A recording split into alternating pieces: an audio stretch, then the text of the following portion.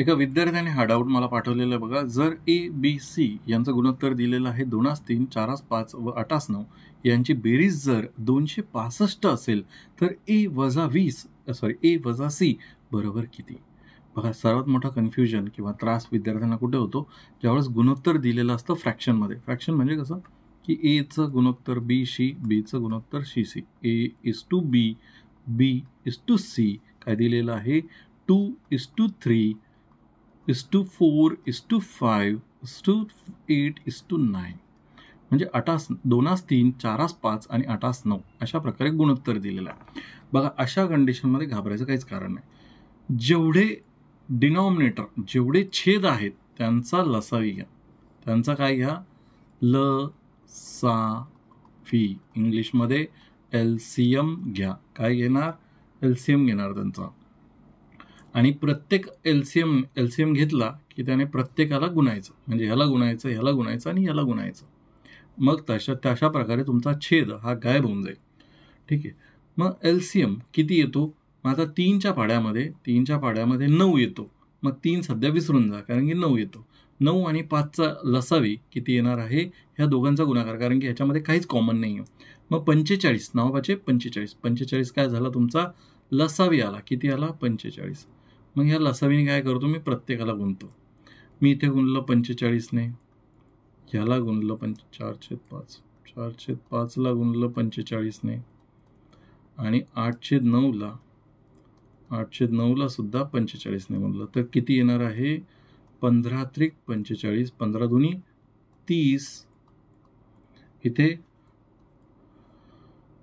किती येईल बघा? 5×9 = 45, 9×4 म्हणजे 36 आणि इथे 9×9 = 45, 8×5 = 40. ठीक आहे.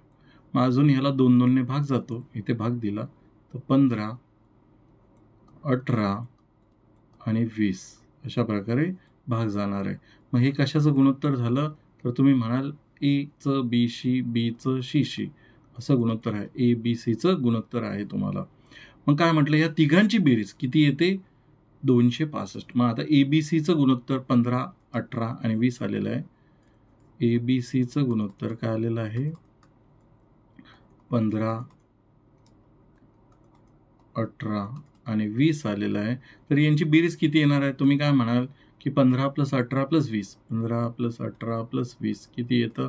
8×5 13, चला 1, 4 आणि 1 5, 53. किती येते बेरीज?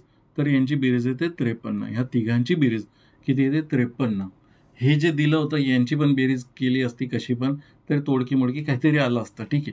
तसं न करता आपण काय करायचं की यांची बेरीज किती आली? 53 आली. ठीक आहे. मग आता ही 53 नसून यांची बेरीज किती दिलेली आहे? 265 दिलेली आहे. आणि तुम्हाला काय विचारलं? तर A वजा C विचारलेला आहे. आणि ऑप्शन जर बघितले तर ह्याच्यामध्ये निगेटिव्ह पण व्हॅल्यूज आहेत. तर मग थोडंसं सांभाळून. A आहे 15 आणि C आहे 20.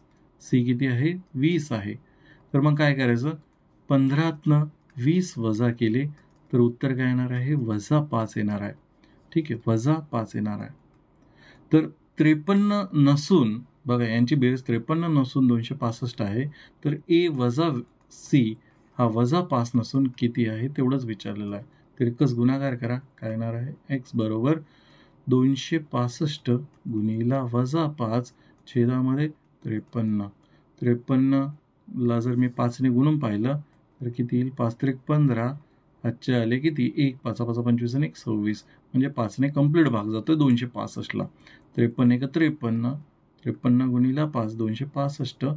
x बरोबर 5 गुणिला -5 किती येणार आहे? -25. आपलं उत्तर काय आलेलं आहे? -25. ऑप्शन क्रमांक 3 हे आपलं उत्तर असणार आहे. ठीक आहे. तर जर तुमचे कोणतेही टेलिग्राम ग्रुपचे मॅथ्सचे प्रश्न असतील, मला पाठवायचे असतील, आपला टेलिग्राम ग्रुपचा QR कोड आहे. यावरती तुम्ही तुमचे प्रश्न मला बिंदास पाठवू शकता. आपण नाममात्र फीस 59 रुपयामध्ये ते मंथली मेंबरशिप चालू केलेली आहे. मंथली मेंबरशिपमध्ये अनलिमिटेड टाईम तुम्ही कोणताही व्हिडिओ किती वेळेस बघू शकता. आपल्याजवळ मेंबरशिपचे 70+ व्हिडिओज आहेत. तर त्यासाठी तुम्ही हा QR कोड स्कॅन करू शकता. आपलं एक WhatsApp चॅनलसुद्धा आहे. त्याला कनेक्ट होण्यासाठी तुम्ही राईट साईडचा QR कोड स्कॅन करू शकता. धन्यवाद.